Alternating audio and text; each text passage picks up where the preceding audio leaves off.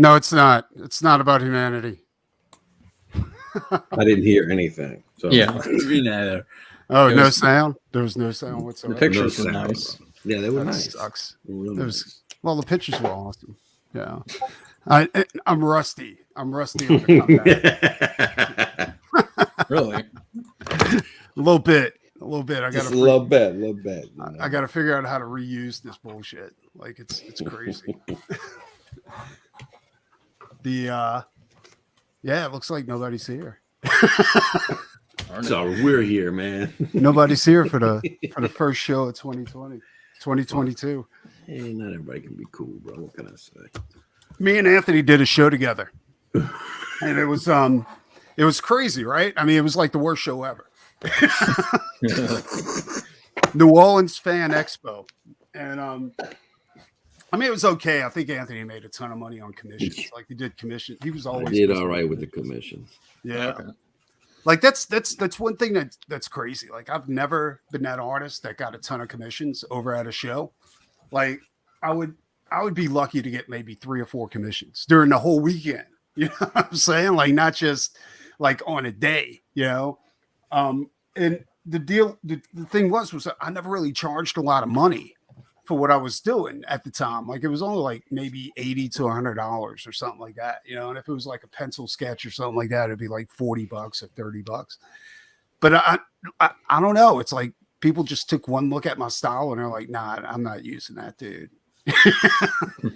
Yeah, I've been told that before, man. You know, It depends. That's what I'm lost. saying. It depends on lost. what you got, but you know what I'm saying. Like, I mean, Preston shit is it has a stylized look to it. If you looking for any type of sword and sorcery, any type of shit like this, I mean, there's no one better to go to. As far as that look and that style goes, there's no one better to go to. I'm gonna tell you that right now. You know what I'm saying? But it just lends itself to that. Whereas my style is more, you know, and then I'm quick at it. That's the thing. I'm not saying this to be mean or anything like that, but it's really your style is really mainstream, and I think it attracts people to that. You know what I'm saying? That's by design, bro. But my yeah, exactly. Whereas the people that I attract with my stuff, like I got a few buyers, but they're not scared to spend money. That's really all that matters, bro. Straight up. Yeah, and like I'm really grateful for that. You know what I'm saying? Because these are guys that are just like, they'll call me up and they'll be like, okay, I need a commission and I got 1,000 to spend or something like that. I'm like, all right, let's do it. You know?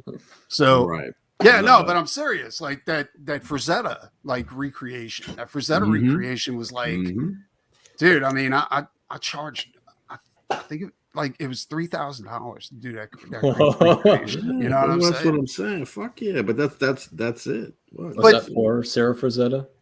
Well, no, that was for a client. Like he was just, and the deal was that the thing is that not a lot of people can do that, you know. And once you're aware that there's not a lot of people that can actually duplicate a Frazetta, then you go ahead and you're like, okay, well, I'll charge whatever the fuck I want. That's the thing. You're charging for the rarity, you know, the rarer the service, the rarer the product, the higher its value. Yeah, and that's but yeah, I mean that's the clientele I kind of attract. But I actually went into that show like willing to like do commissions, because usually like lately I've just been like, I don't want to do commissions, you know what I'm saying? Like right before the lockdown, I was like, I just got burned out on just wanting to do shit at a show. I just want to roam around. I could barely stay at my table, you know. And but at this one, I brought all my supplies and shit like that. I never got one motherfucking commission.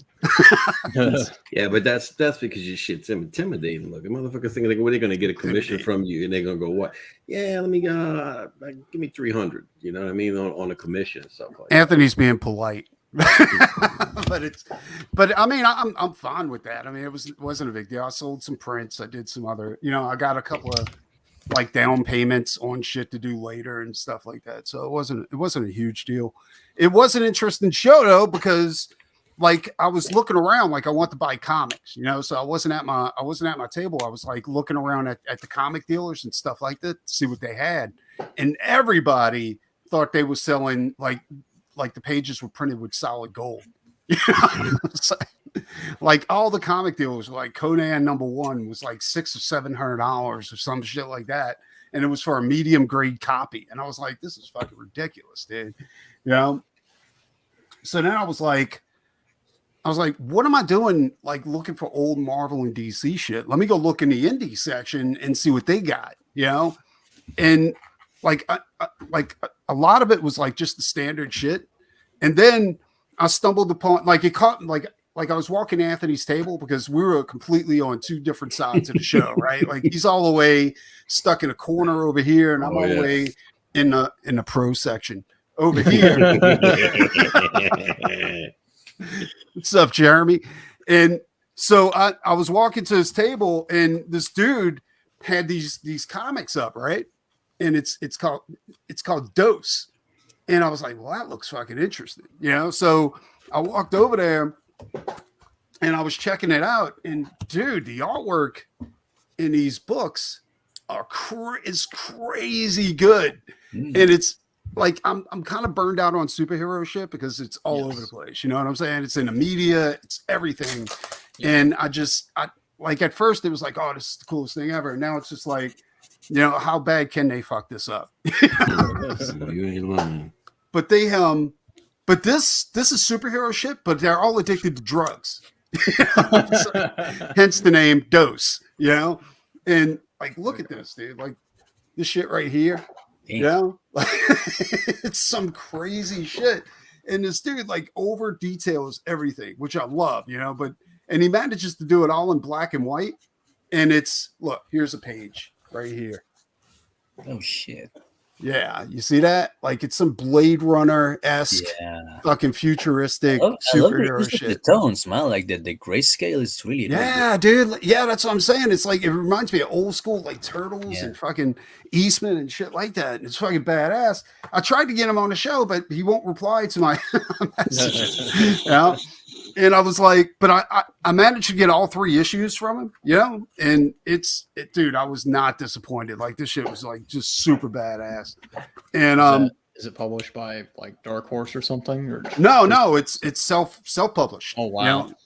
And what's tripped out is that they never ran a campaign for it. And I was like, dude, you never ran a campaign for this? I was like, that's crazy, you know? And I like if I could talk to them, if they would ever get back to me. Because I wanted them on the show to kind of push their shit a little bit. Yeah. But if they ever get back to me, I want to talk to them about doing crowdfunding and get this thing out there a little bit. Yeah, like an omnibus. Yeah, that'd be awesome. Because they're saying that they're producing new issues, right? Because they let it go for a few years and now they're getting back to it. And it was like one of those diamonds in a rough, right? Because there was a lot of stuff over there that was just the same old shit. And then there was like, I think people have to realize like they have to stop trying to recreate Spider-Man and Superman and shit like that and just kind of do something a little bit more off the wall and new that's going to appeal to readers, like new readers, you know? And Dose like did it, dude. It was fucking badass. I was like, this is cool. It's like discovering fall. I'm ready for something like Martial Law or The Boys comics. You know, in the version, like some kind of twist to the superhero genre, because we already have like, you know, Lone Star and all those stuff like they're typical, but no hate. I'm just saying that they're like classic superheroes. I'm ready for some deconstructive stuff. Also. Exactly. Like make it interesting. You know, if you got to do superheroes, make it like really, really crazy or something like that. And I was really surprised about that. I was like, God, this is fucking awesome. And then, so I also got this in the mail. Oh yeah, I saw a campaign for that. This was good. And the reason why I backed it, because like one, I think I'm almost positive the artist in here, is this the same artist that does Voidwalker? If it's Kristen Rossi, then yeah. That's it. Yeah, that's it. Because I recognized the style and I was like, this looks like that, like Voidwalker. But it's, dude, this is really, really good. Like, and I wasn't going to back it at first because, you know, money's been kind of tight. But it was only like $10, I think, to go ahead and back it, right? And like shipping was really good too. It was like $6 from the UK, and it's not a double-sized issue. It's only like 24 pages or something like that. But it's super badass, dude. Like I was really impressed with this one too. You know, but I'm already a fan of Voidwalker. Like I really like Void Walker, and I wish they would do some more Void Walker. Like Void Walker's awesome. I'll be right back. Let me get a comic. I think you'll like it. What's up, Indie Wrestling Aces? What's up, brother? Hey, what's up, Indy? And then when I got home from that shitty show, I was hoping Eddie would be here to show this off, but Eddie's package had come in. Not his package, but his books. So Eddie's books came in, and I was like, oh my God, this is, for some reason he sent me everybody else's cover too. Like I was like a bunch of copies. I was like, I mean, that's cool and all, but like, you know, one of all the other covers. What is that? Oh shit, you got that one too? Yeah, God's Fear Me, Kristen Rossi. So. How is that? What are Is you it good? wearing? It's actually pretty good. Oh yeah, I'm a furry now. Oh shit! The Chimera Wolf. Yeah, I'm waiting for my copy to come in of that too. Like it looks really, really good. God's Fear Me, I like it because it's got a lot of like Lovecraftian horror involved in it. I can't wait to read it. I think that shit's gonna be badass. But yeah, so Sovereign Wolf came in, and this was really good too, dude. This was fucking incredibly good. And I like that he kind of took the same approach I did with Doc Salem. Like you had your main story, and then you had a couple of like backup stories to go with it. You know what I'm saying? Like it was really, really good. The thing is with Eddie, oh my God, the extras that came with this thing was crazy, dude. Like there's posters. You know, when I start pulling this shit out, it's gonna take like 30 minutes to go over all the shit that came with this book. You know, metal cards, almost a dozen trading cards. Wait a minute. Oh, let me unravel this. And that's not the end of it. Like fucking sticker sets. Fucking oh my God, dude. There's so much shit that came with this. You know, the blockhead. Yeah, everyone does the blockheads. I gotta get on Prints. that. Oh yeah. Holographic prints. All kinds of shit. And I'm like, and I'm grateful that he sent this. He also sent a copy of the original Solving Rule that he printed back in the day with his cousin. Yeah. Where's that at? And that was awesome. You know, like I mean, yeah, it's pretty raw, but it was done like way back in the day. Yeah, like a proof of concept or something. Eddie, you're on the wrong end, bro. I sent you a link. You're supposed to be in here. Is he in the chat? Come on, Eddie. Eddie's shy.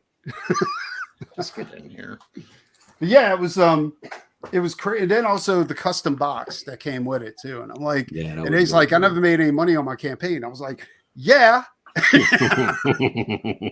Yeah, you didn't. Oh, Chad did a badass book too. Chad Townsend.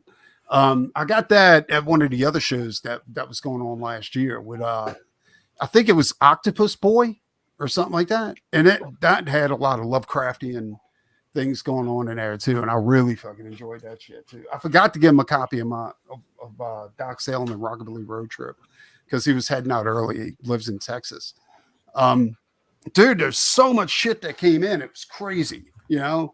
And also Confederate Monster came in. Kid Squid. That's what it is. Kid Squid. And yeah, dude, that book was insane. It was crazy. And his style is so good. But I wish I would have pulled it. I don't even know where it's at. I filed it away in my comic collection. I did. Like once I read it, I was like, well, I want to keep this one. So I put it away and it's lost in my in those boxes back there. But Confederate Monster came in too, dude. And this was crazy good. Like awesome. Although I was a little disappointed because I never seen Frankenstein in there, you know, but like Dr. Frankenstein appeared and shit like that. But it was what I liked about this is that after, like at the end of the book, he had this little section where he described like he actually used like these war criminals from history, right? And he's describing what their crimes were and why he picked them to be in a book and stuff like that. Like this dude did some serious research in it. And I like his style. His style is badass. But yeah, I mean it's crazy. And also Chimera's SOS came in actually a while back. And dude, like what's trippy is I think issue 1, like the first graphic novel, like it's kind of a textured cover or something like that. Yeah, it's like cardstock by Kablam Printing. Well, it's not just cardstock. Like there's a texture to it. Like it feels weird. Like, but I like it. Like Canales did a badass job. Like we were just talking about halftones. Like you were pretty on time with those halftones in this too. Like even though it's in black and white, like I never really minded that because it was like everything separated really, really well. You know, with the gray tones you stuck in there, dude. Like it was pretty badass. I've always been a fan of grayscale because I was raised on like stuff like Ninja Turtles and the original. You know, I was there when manga became a thing in the early 90s. Yeah, and the halftones became really popular among artists. And I remember buying like halftone like when they came in sheets. I know. Yeah, they were really expensive and hard to use. But I wanted to use that thing, and when I learned that you could use them like for free on a program that you download, I was I'm in. Well, a lot of people are hunting down those halftone sheets and just scanning them in, you know, and using them like that. And you can do that. I think I have some left. I need to find them. I think they them and scan them.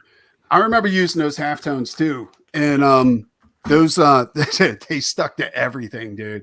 Like, I mean, you cut a piece out and stick it on there, but then you'd always have like they were a nightmare to use. Yeah, it was crazy, but oh man, like, and then using a stat camera to shoot everything afterwards. Yeah. Yeah, it was crazy. But this is what's weird about this is that you printed it all in black and white, but then you had colored pages in here. Yeah, Kablam was nice enough to do interior chapter covers because I'm more of a trade guy and I like that stuff. Did they charge you like for a whole colored book? Or they not Kablam, but Mixium did. Ah, okay. Mixium. Am I not supposed to say Mixium? No. I know. Anthony went through Mixium for his printing. Okay. And I think I'm gonna go through those guys next time too. Like from what I heard, like you just got to get a good rep, man. If you get a good rep, they'll take care of you.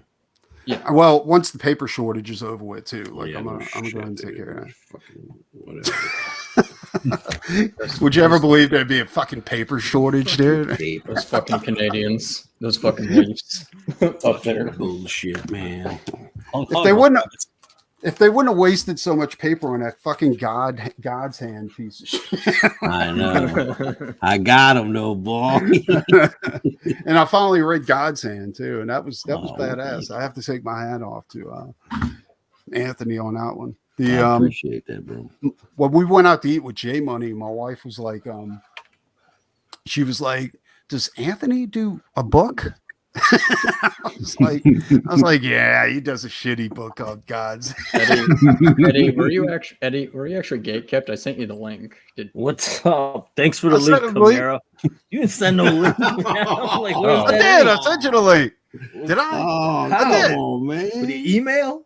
Oh shoot! I forgot to hit send. I forgot to hit all send. right, man. It's all like, right. hey, bro, what kind of shit is this? I'm like, did this show start? It's supposed to start at 7:30 Central, wasn't it?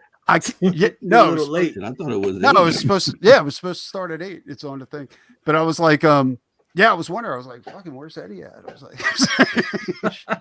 I'm listening to the show on the phone as I'm coming home. I'm like, he's like, I wish Eddie was here. I'm like, oh shit. What's up, guys? Eddie, your book was good, dude. Like, it was really, really good.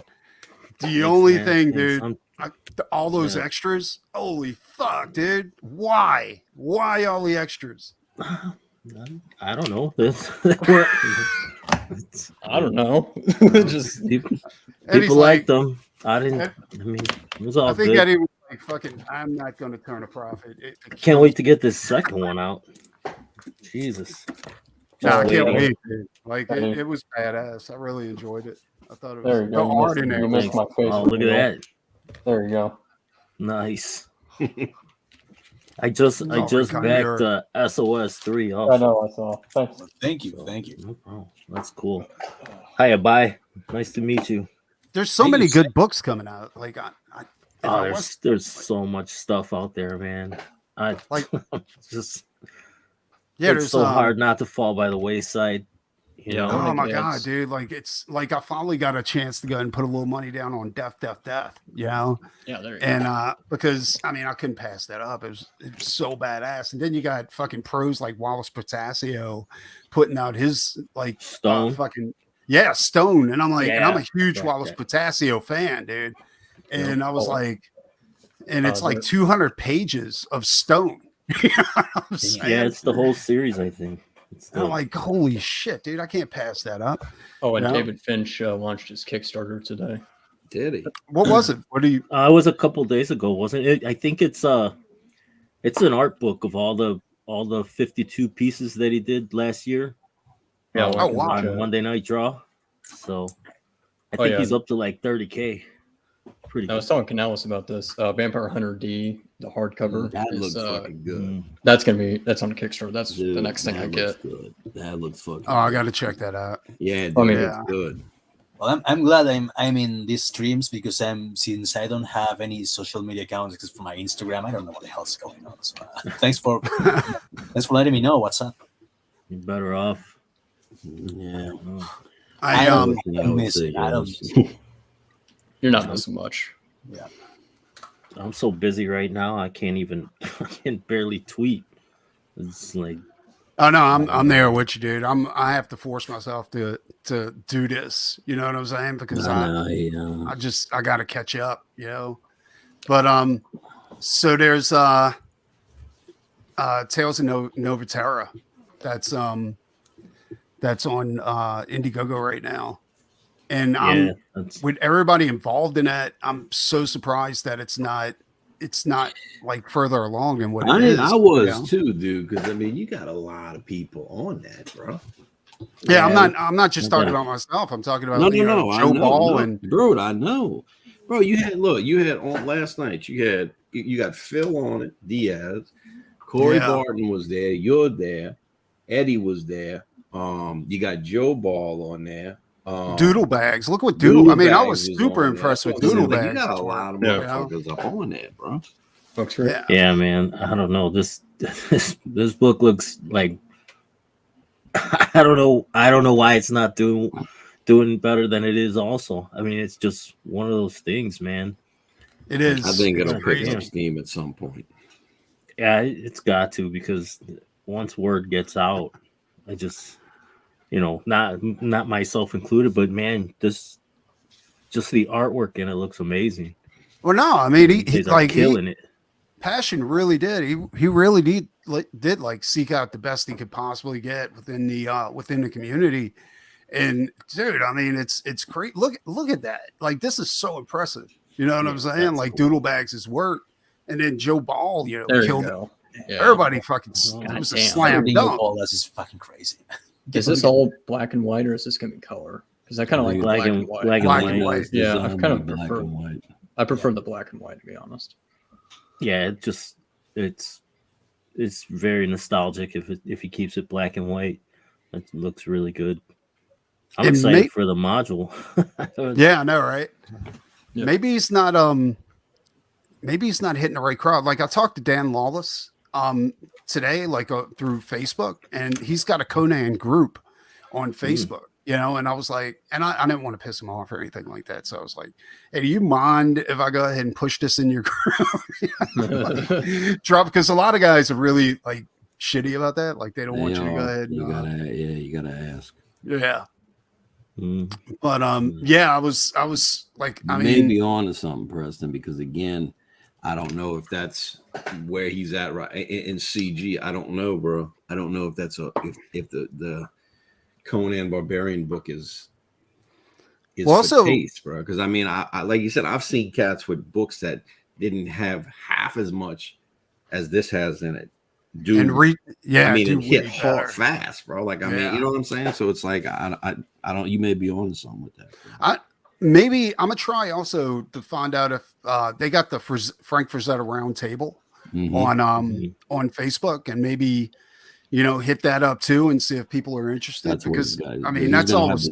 He's gonna have to seek out those groups and shit that specifically dig this kind of shit. Yeah, all those sword and sorcery type of, Mhm. and I mean, this is because I just can't believe it, dude. I mean, this it should be doing way better than what it's doing, and I just I don't know why. I mean, he's creeping up there slowly, but we all know like No, that on first Bancroft's week show, bro, is Right. Bancroft's show, he should have hit. I thought he was going to hit more than that.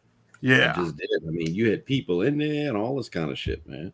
So and I he's don't know not if really it's asking a lot. I mean, it's no, he's not. for a standard edition, it's $20. You know what I'm saying? And this isn't comic book size; it's magazine. Correct. I Yeah. but All pulp experience, right?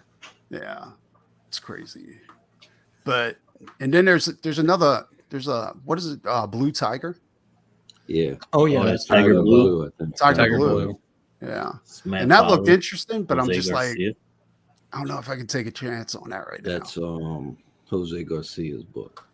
now. And they Mhm. tried to bury this one, like all the Who did? platforms right here. Oh, The Did Mike they move Barron's on? book. Yeah, Mike Barron. Oh, that one, yeah. Yeah, but he got on Fox and Friends, and it Oh, kind he of fucked him up. catapulted That it. was it, dude. Yeah. They Yeah. did that. What they call it, the Streisand effect. Or whatever the fuck it is, dude. It's like you fucking stupid motherfuckers. Yeah, they tried to bury it on Facebook and Twitter and all those places for some reason. It's just that's what I'm saying. It's stupid, man. Just let the product do what it does. If people want to buy it, let them fucking buy it. Quit fucking around with it. I think they it had the opposite effect than what they were hoping for. And I talked to Mike about this book too, and it's actually illustrated by a cop, Yep. by a police Yep. officer. And I have to admit that dude's pretty goddamn good. Like that's some classic fucking art style. Canellis and I met Mike Barron. We were on RGE's the other day, so that was cool to meet Mike Barron, writer of Punisher. Yeah. And Nexus I met him at a con years ago, and Badger. 92. Oh I yeah, think. I'm like Great. I mentioned Mike to like a couple of my comic nerd buddies, and they didn't know who he was. And I was like, "What? What?" And I was like, "Nexus, not Badger." I was like, "Come on, dude." So And, much good stuff he did, man. Dude, if the list of all the great characters Mike will help create is fucking insane, dude. And then also like Punisher, he was involved in Punisher. I think Mike Barron, like, wasn't he the one who made the Punisher what we know of him, like as the noir Yeah. type hero with no superheroes, no powers, is like gangster shit. Well, Yeah, I think that's like all the way up to issue like 33 or something. And then after, I think it was after Larson, because Eric Larson did a stint with him. And then I think it was after Eric Larson is when they started introducing all the like superpowers into the book. I was never like I liked Eric Larson's work when he did Savage Dragon, but anything else he touched over at I don't- Marvel I'm His just a- Punisher never. run I'll be honest with run you, isn't bro. good. I never was impressed with Larson. I thought Dude, he was did. I thought he was. I like He was kind of a Spider-Man. knockoff when he. I know when he did Spider-Man. Again, it looked like he could have done something, but then he just. I don't know. I don't think he ever hit. And then he did Savage Dragon, which was cool because he did his own thing. But then I dropped off of that. But I hear nowadays it's a fucking joke, man. No, it is because the sales Fucking aren't there. joke, bro. Sales are terrible on Savage Dragon. But his Punisher run kind of was stark because when he did Spider-Man, he took over after McFarlane. They had like a similar style, and not too simple, but I know what you're talking about. When he took over Punisher, I think he took over right after Will Portasio, and Portasio's like realistic badass style, and then to go And to then you got Larson. No, I Larson. remember. You know what? I remember that. Now you saying that, bro. I do remember that. And you had Portasio, and then you had Jim Lee, who did War Journal and shit. And then they put him on there, and it was just like it was way too stylized and cartoony, bro. Where it was just like you couldn't. It was like. Yeah, that might be Larson's problem. Man. He was following like A-listers, you know what I'm saying? And I don't think Larson was really an A-lister. He wasn't. I never could understand how he ended up at Image. Well, they put him on Thor. Like he actually did a Thor issue, and it was the worst Thor. Like I couldn't even read it. I was like, this is a joke, dude. What the fuck? it was like if it wasn't for that 90s boom, I don't think Eric Larson would be Eric Larson. You know what I'm saying? I think he'd be a struggling, starving comic artist. I think he made all his money during that 90s boom when Image first hit. Yeah. I think you're right. Something to be said about putting out books, though. You know, whether they're good or bad. I mean, you put them out there, sooner or later you'll start fouling some off. You know. Well, from what I understand, like it's not like I think he barely breaks even on publishing Savage Dragon because I think he only sells like 3,000 copies, you know, and that's 3,000 copies at $4 an issue or something like that. So I think he barely breaks even on that, but I think he sells every page that he does, you know. So he's making buku cash on the original art end of it, Right. and yeah. So I don't know. I wasn't a big hater. I just there's some books that his style just doesn't go with. Punisher was one of them. Well, I'm a hater, Eddie. I'm a hater. Eddie told me in a private chat that he really hated Eric Larson. He said that. He did. Me too, Eddie. Don't worry about it. I heard that Eric Larson's childhood home got torched and everything burned down. What did you have anything to do with that? Eddie did it. It was Eddie.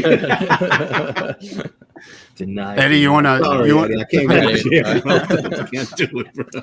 Eddie wants to. You want to admit to anything on air? No, I actually didn't know anything about that. That's fucked up. I know, right? Yeah. Did Eric Larson work on Ninja Turtles, Urban Legends, or am I mistaken that? Yeah, but you see, like that would fit Eric Larson's style. Yeah, that. You know what I'm saying? Like drawing monsters and shit. But Thor? No. I just can't. I can't. Like he even tried his hand at Spawn. He did Wildcats, I think, one time, and it was just none of it looked good, dude. I don't think any of it looked because his style just. I mean, it's just that it's not a good style for any type of serious work. You know. Oh, Eddie. Yeah, left. it's got that just like okay. Lost you. Did you? Yeah, you lost me, you know. I don't know, I saw burning that man's house down and shit. I saw snail wheels on my screen. What's up, Pops? What's up, gentlemen? What up, Pops? Hey. What's happening, Pops? It's all action, brothers. It's all freaking action. When's your next show, Preston? I'm gonna try to stick to a schedule. So what we're gonna do is we're gonna do I think we talked about Thursday and Saturdays. Oh, So, I meant Con. My fault. Oh, Con. All right. Yeah. Con and J Money should be on here. We actually had lunch with J Money. Con, actually, I texted the pro circuit and I was like, look, dude, I don't think I'm gonna be able to make all these shows. You know what I'm saying? But they were like, they never got back in touch with me. So they still have me scheduled for all these shows. And I'm like, I'm just not gonna be able to make it.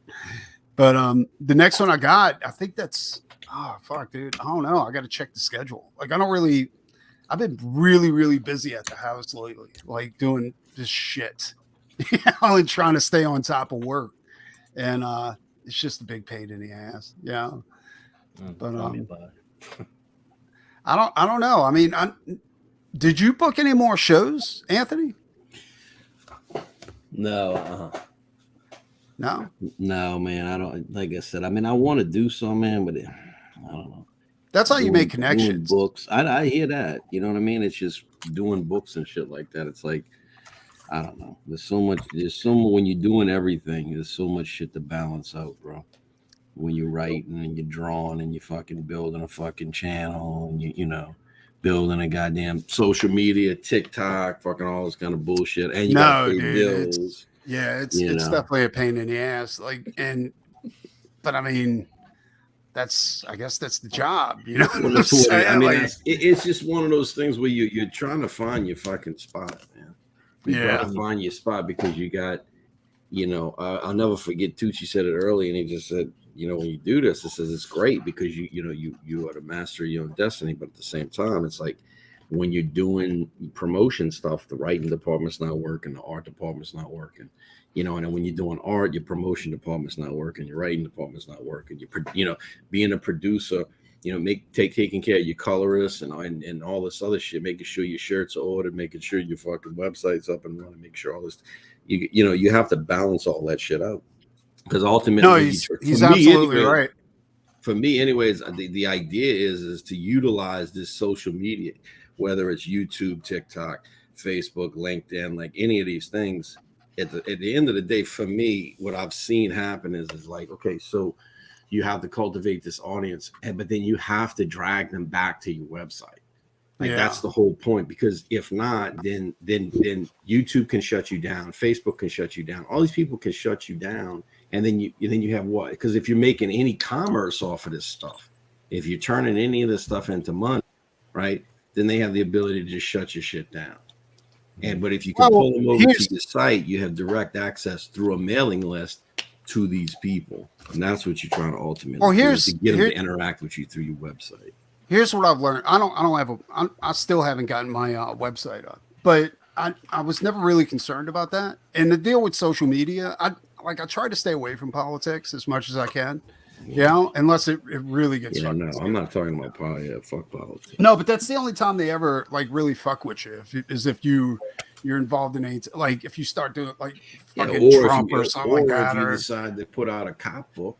You know what I'm saying? Well, yeah, I mean, about police, then all of a sudden they want to be like, "Oh, let's shut this motherfucker down, bro." You know what I'm saying? Well, here's what I learned about that. It's like when I was doing shows, like I was thinking of saying that it's very fucking overwhelming. But what you do is you have to accept you can't stay on top of everything, for one thing. No. All right. The main thing you should be concerned about is when you do a show, it's not about the money, it's about making contacts, and just worry about making enough money to justify that show. You're not trying to make a mint, you're just trying to justify your table cost and your travel expenses, and then you want to make contacts and shit like that, and just produce new work so that the people that follow you can check it out, and eventually you're going to be on top of that balloon, but at first it's fucking hard, dude. Like it's really, really, really hard. But it's all backwards, Chris. I did this backwards. Okay. I started with a wimpy little Facebook group, and when COVID shut all the cons down, I started my online con, and I started doing my shows, and I started trying to build a platform for you guys to sell your books, and that's how I met Anthony, and that's how I met all you guys, was from promoting what you guys do. Then I got dragged into your world. I don't know if you guys know. Anthony's world. You don't want to come in. You don't want into my world. Well, this world used to have yoga chicks. I don't know what happened. That's coming. That's coming. I got dragged in. It's like somebody convinced me to do an anthology of a crime crossover with a whole bunch of people's IPs. And some interesting people have come forward, and like Brian Christgau, we got a little 6-gun guerrilla action. All kinds of cool ass people have come forward, and we already have like a 100-page book we're putting together. Now, Pops is just a promoter. I know what I'm good at. I know what hat I wear, right? So I wasn't going to take this on. I'm like, no, Ryan, if you want to run this campaign, if you want to herd all these cats, and if you can get RJ at Critical Blast to handle fulfillment, so all I got to do is come out here and talk about comics, okay, I'm in. And Ryan said, yeah. So, I got dragged in kicking and screaming, and totally from the other end of it, but I'm having a blast now. Well, I get that, but what I'm talking about like Anthony's talking about as far as from the art aspect of doing it from the shows and stuff like that. And the shows are coming back. But that's where I was everybody was talking about Stray Dogs. Yeah. Over during the show, and I was like, Stray Dogs, and they're like, yeah, dude, it's the most popular comic out right now, like graphic novel. I was like, what's it about? And they're like, it's like Tone Rodriguez's book, and I was like, Tone, I was like, that name sounds familiar. And I like Stray Dogs is about like this serial killer. He kills these chicks, and he takes their dog and he adopts their dogs, and their dogs, like the dogs talk to each other when they're in his house, right? It's the craziest fucking concept ever, but it's fucking cool. Is Tim Rodriguez the guy from like Violent Messiahs? Tone Rodriguez, he used to be one of the animators for The Simpsons. And then he was doing like all kinds of, then he got hired to do Stray Dogs, and he was doing all this other stuff. But I had talked to Tone a while back about doing some work for him for a cover at a con, because he came to our table. He's like, "All this is yours." I was like, "Yeah, it's mine." He was like, "You mind if we do like a gallery in one of our books, and we'll just put your?" I was like, "Yeah, that's cool." But then he got busy, and we lost track. And then I talked to him at the show, like the show me and Anthony did, and we reconnected. You see how it works, though? Like it's synergy. Like you have to. That's the point of doing these shows. It's like. You don't want to really be chained to your desk. You want to have somebody to help you run it, but you have a kid, Anthony. And then you take a minute. I loaned him to Preston for a little bit. I hired him. I was like, here's $20. I was like, I need to go. I came into shows from the other side too, as a press rep of my network. That's how I got into shows, was going there and interviewing people at their tables. It's like, Nice. I'm an indie guy. I walk up and down Artist Alley and I interview people live, sitting at their tables and talk about what they're doing. Do you have any shows you're doing, Eddie? Me? Eddie? For no. I just C2E2 just passed a while back, or also what was it in August? They had Comic-Con. Nothing here is like what it was. They got something coming up in Indiana that I was talking to the Diaz brothers about, maybe going out there. But nothing's set, I'm going to the Hall of Heroes in Indiana, in Elkhart, Indiana, in March, and Grand Rapids Comic-Con in April. You should really think about doing shows. I mean, Eddie, because you're not going to make a lot of money as an indie publisher, but one thing like Anthony didn't realize, and I didn't realize it either, was that at Fan Expo, like if you're just a publisher, you pay $150 for a table, right? It's not the $300 that the artists pay, for Artist Alley. And it would, hey, what's up, Rick? But that would have been, because we also seen what was that dude, Anthony, that we seen over there? The one with the fucking space opera. Outlaw Nights? Outlaw Nights. Like he was over there and he had a table. Although his setup was not the best. No, I wish he'd have done. I wish he'd have talked to me before he went over there like that, because he does. You want to at least have some type of setup. That looks, like you've been there before. And he was actually in a better spot than Anthony was at. I know he was. Yeah, as an indie publisher, not as an indie artist. Is that how he wound up over there? Yeah, absolutely. And that's what I was saying, like, because you got Godsend, you could have went in as an indie publisher instead of an artist. Gotcha. And still did commissions as long as you were shilling your book. Yeah, sure. And yeah, dude, that's fucking loopholes. Gotcha. Yeah, I'm gonna look into it later this summer, because if all goes well, I know I've said this on a few streams, but every time I go to hit send or whatever on an update, something changes, and I don't want to be that guy that has to backtrack and constantly tell someone, I know I said this, but it's not really your fault. I mean, everything's in the air right now. Like I won't place blame on anybody. I mean, no, it's just I think what people are starting to understand, like serious business, bro. Transparency is everything. People understand, dude. Like it's like we're still building this thing. This thing's still new. What anybody says, this crowdfunding thing that we're doing, the way that we're doing on Indiegogo side, this isn't Kickstarter. And what you find out is that the people who and it just seems to be that way, but the people who are in Indiegogo are doing they're doing a different format. Well, I'm not even talking about that. I'm talking about because of the all the shutdowns and shit like that. Like they were going to shut down. They were planning on shutting down Fan Expo, the one we were doing, and it was because they had to do testing. Like you had to show your card if you like your vaccination card to get in the show. Like if it wasn't for that, they would have shut the whole show down. No. And that's one thing we've been running into lately is that you book a show, you promote it, and then they cancel it, and then it's done. Yeah. No, I'm just. But what I was talking more is like, you know, what you I mean, you guys are artists. You guys know. You guys probably up to your necks with people asking, you know, for commissions and work and stuff.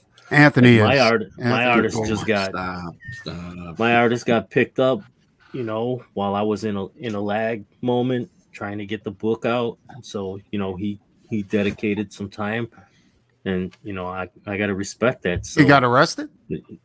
yeah, no. That's But basically, like I tell him, man, he got arrested, That's man. an we're exhausting halfway done with the book, but I either got to wait or get a different artist, which I've already told him. We've already talked. I have no intention in doing that, so I'd rather just wait and get. What's he working on now? Like, he's on like I think he's on the last book for this publisher of it's like a 6-issue run, and then he's got something else. But so I should get him back at the end of this month, is what he said. So, and he's fast. So, you know, like I said, I think my target launch is the end of March for book 2. yeah. So, you know, it's right now it's a go. I got Juan, who's doing Dwarf versus Lion. I got him doing Von's side story. So, Are you writing? You're writing a side story? There's a story that I told Von. I basically gave him an outline, told him the characters, what I want to, you know, what I want to convey in this story, and Von wrote a script for it. Okay, I see. I thought you wrote something for Von, like no, for his new book he's putting out. But that fucking looks awesome. looks fucking amazing. I don't know how you guys come up with shit, man. I wish I could draw. It's just like so much acid, cool shit. Acid. Yeah, you got to mix acid and ketamine. Shrooms. Well, if it'll make me wonder for that. If it'll make me learn how to draw, then maybe. Acid and eating at Taco Bell. Yeah. Speaking of sleep deprivation, guys, I'm gonna drop out because it's already 4 a.m. here. So, yeah, you're right. Good to have you on, my brother. Pussy. Yeah, thanks for having me. It's very good. Take care, man. Stay longer. You take it easy. Thanks, guys. See ya. Yeah, man. It's just, but yeah, you know, it's so hard to stay relevant if you're not out there because there's so much good stuff coming out, you know. No, you're right. God, damn, just like that. Every turn of the fucking Twitter page or whatever is just something else. Another creator. Well, Anthony popping out. Listen, man, this is what I'm telling you. Now I've learned this. It's like, bro, and this is why you got to go to these shows, bro. I'm serious. Preston will tell you this. Say, man, when you go to them shows, and he'll tell you, ain't none of these motherfuckers on Twitter. Ain't none of these people who we know on Twitter are at these shows. This is a whole separate people, bro. I met right? It's the same thing with any of these other platforms. There's a whole other audience out there, bro, that has nothing to do with Twitter. Yeah, but it's trying to tap all that shit, bro. I'm saying there are some of us that are out there. I met Eric Hodgson and Phoenix Animation, the CG Metalsmith. I met a bunch of people at Grand Rapids Comic Con. Yeah, yeah. What I'm saying is those are your people, though. Is what I mean is. But again, you go to those things, you're gonna see one person, too. I mean, me and Preston, but we're from the same state. You know what I'm saying? It's well, here's the thing: you go to those shows to jump outside your circle. Correct. You know what I'm saying? Like you want to go to those shows. Correct. So that I can get all these people's cards and I can connect all of them to the madness and to what we do. That's why I go to the shows. No, you're right though. That's why you're supposed to go, is to go ahead and jump outside your circle, get other people involved and get involved in their stuff. You know what I'm saying? And that's how my thing but Anthony's right. You know, there's so much, like before I even got on Twitter, there's so much going on Twitter that I didn't know about, that I just, you know, people would tell me, you got to go here, you got to check this out. Like even right now, there's so much stuff going on Facebook that I would love to get my hands in, but I refuse to I hate social media so much, man. I know. So you got to get over that, though, dude. That's not the way to I think. will not do Facebook. I can't. I mean, Twitter is hard enough to manage with a full-time job and this, but So check it out, Ed. I got a group called the Comic Related Madness on Facebook, about 2,500 people. And all I do is it's all networking and promotions. It's not who can beat who. It's not political. It's what I find campaigns to their shows, just so that what I find is right. What I find is like ask Preston. So like I'm on all these motherfuckers, right? So numbers are great, but if they're not translating over into interaction, it just doesn't matter. Like I'm in a bunch of groups, dude. Motherfuckers I'm in one group, it's like 64,000 people and all this kind of shit like this. And it's like, but you're looking at it was mine, right? No. The problem is that when you like even Facebook, I got tons of people on Facebook, but if they're not going to go ahead and like back your stuff, it's kind of a waste of medium. Yeah, you gotta have interaction. Madness. That's the whole thing. You guys don't realize everything you do gets posted in my group. And those are the people watching my shows. Yeah, but I think what Anthony's saying that if that doesn't translate into sales, that it's not. That's what I'm saying, Preston. Yeah. It does translate into back. But you got to be able to quantify that shit. Yeah. You know what I mean? Like, okay, so I'll give you an example. You were on IndieVolt, correct? Making some kind of a difference. Were you on IndieVolt? I went on IndieVolt a while ago. Right. How many viewers did they say they had? On 80,000? one of their podcasts, No, it was supposed to be a lot. Yeah. Listener. That's a different thing. Wait, what's that? That's their radio listeners. Yeah, well, that's my point. 80,000 that's radio listeners. I mean, that's a lot of money. How much does that translate into money? When you went on the show, Eddie, how many sales did you get? Yeah, no, you're right. I mean, you understand what I'm saying? Like, so it's like it's cool, bro. But at the end of the day, it has to be. That's why the whole point is to drag them over to your website. Yeah, you have to get them over there and get them engaged in what you're doing. Like Preston or your YouTube station. Here's an example. So Preston, got this book, he's got that. Right, but here's what I'm saying. Like Preston has. Okay, listen. So Preston's issue is this, right? So Preston's trying to pick up more people to buy his books, right? Because what he's done is he's cultivated an artistic audience that come to him and drop $1,000, $3,000, $4,000 for a piece. So he don't need no huge ass audience to make money, but to sell books, that's a different thing. That's absolutely a different thing. Like the books don't pay the bills, and that's. I buy covers and books that I don't even care about because it's got your art on it. I tell everybody about your art. No, but that's what he's saying though. You see what I'm saying? Like that's the rub.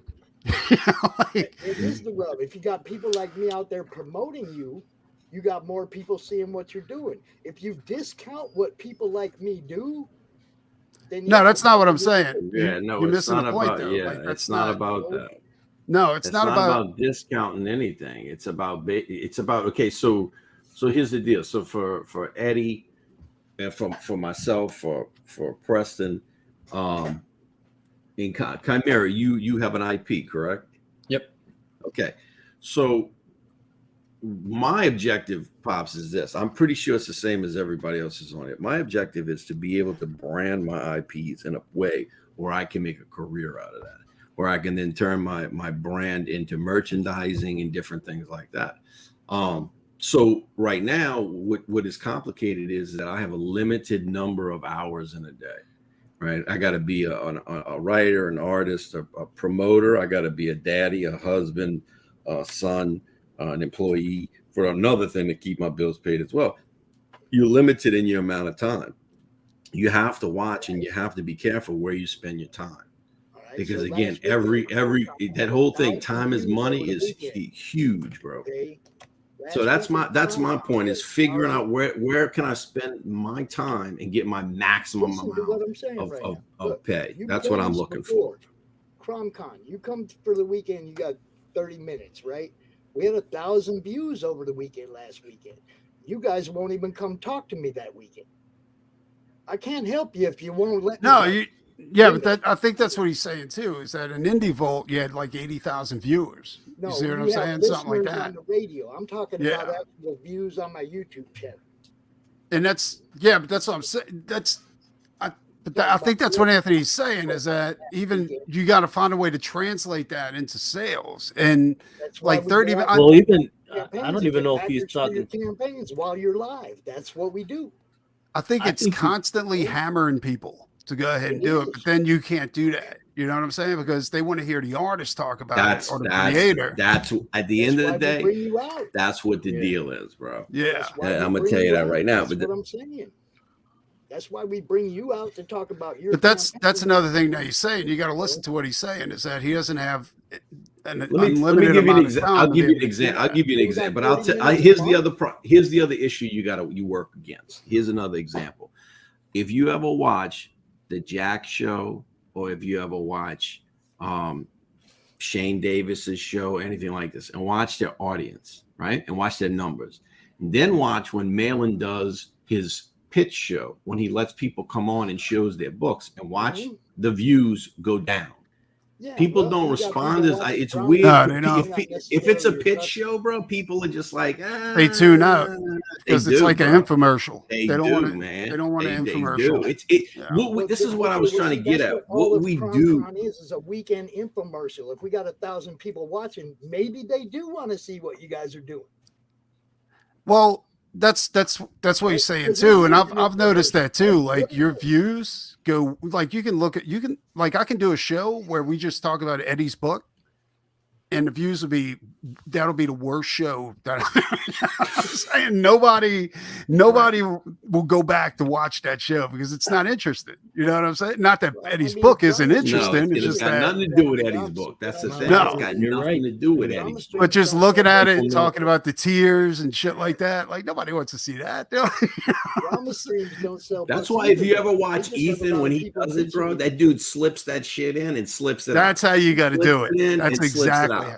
Like say it and slips it out, right? Like say you have like you have a couple of that. chicks mud wrestling, and then you slip it in there. You got the yoga. That's right. That's it. Because exactly. The difference is those people watching drama streams aren't comic customers. No, that's not true. Oh, But that's not true. You could turn some of them into comic. I think everything is a cog in a machine. You start off with the entertainment, and then slowly you get the interaction, and then the interaction goes to maybe checking out your website, and then the more they, I mean, look at Shane, man. It's also like raising a banner. The guy's entertaining. I'm sure plenty of people didn't know about Shane before Comicsgate, and the guy's. I don't know how everybody feels about the guy, but the guy's so likable that you can't help but root for the guy.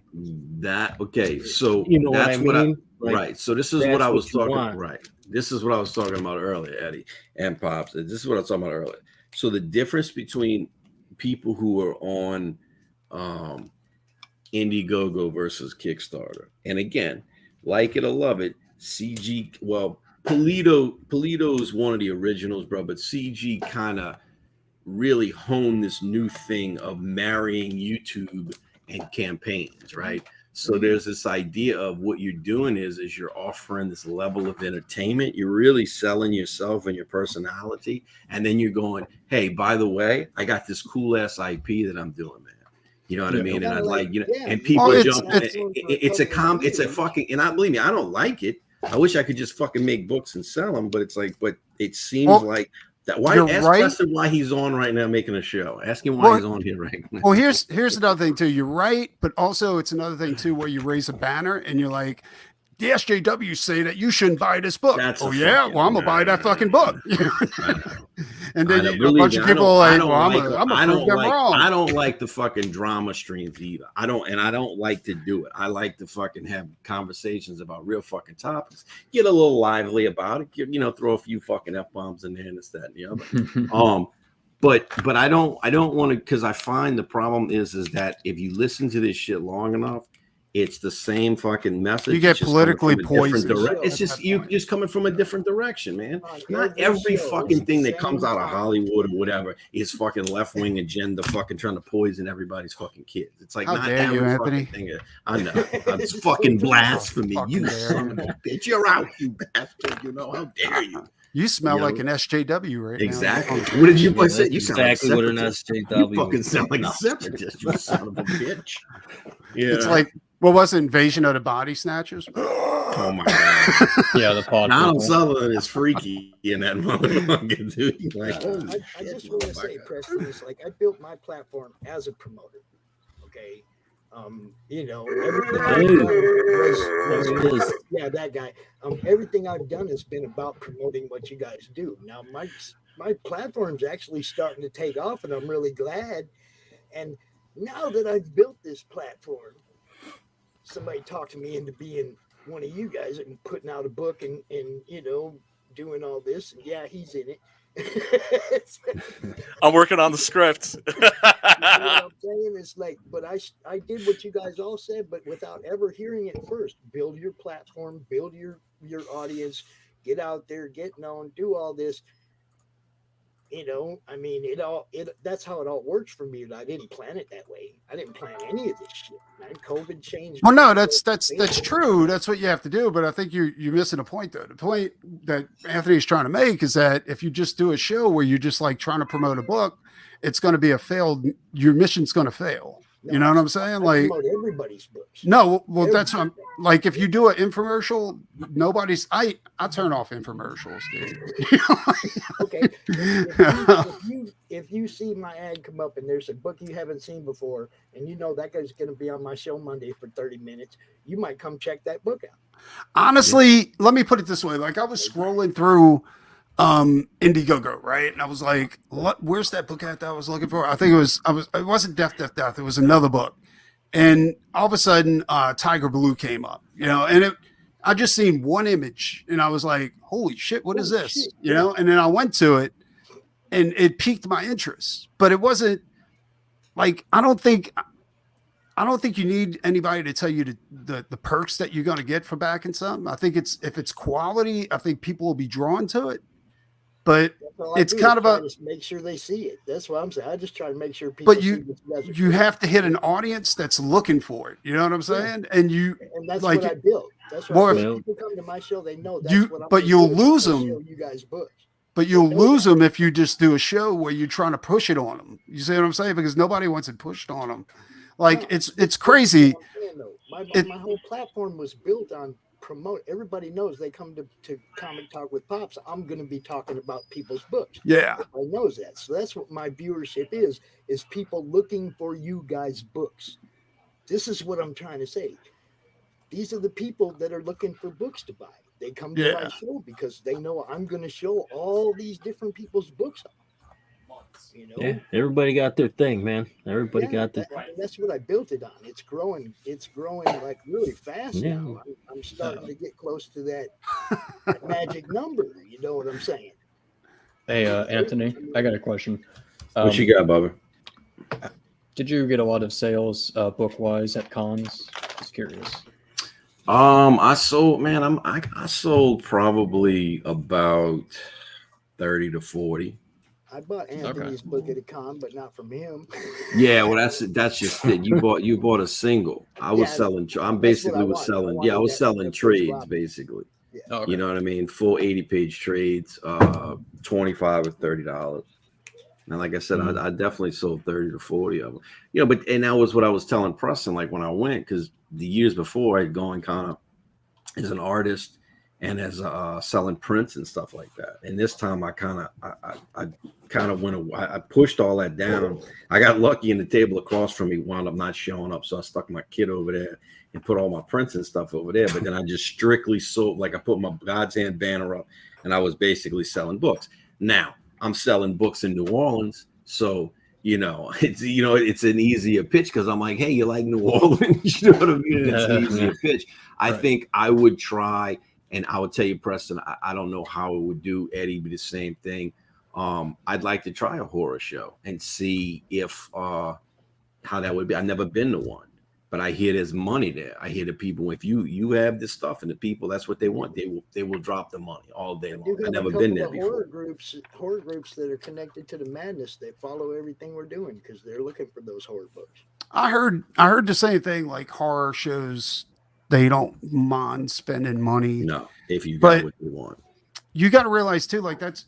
I mean, I'd like to try it just to see. Maybe we can do a show together and just go ahead and do it. But I like those people. They don't really go there for comics, though. You know what I'm saying? Like they go there for art and they go there for like movie memorabilia. You know what I'm saying? And I don't. Like that's what I'm saying. Yeah, but I used to go to comic conventions for comics, and I'd end up buying DVDs of some foreign Korean movies.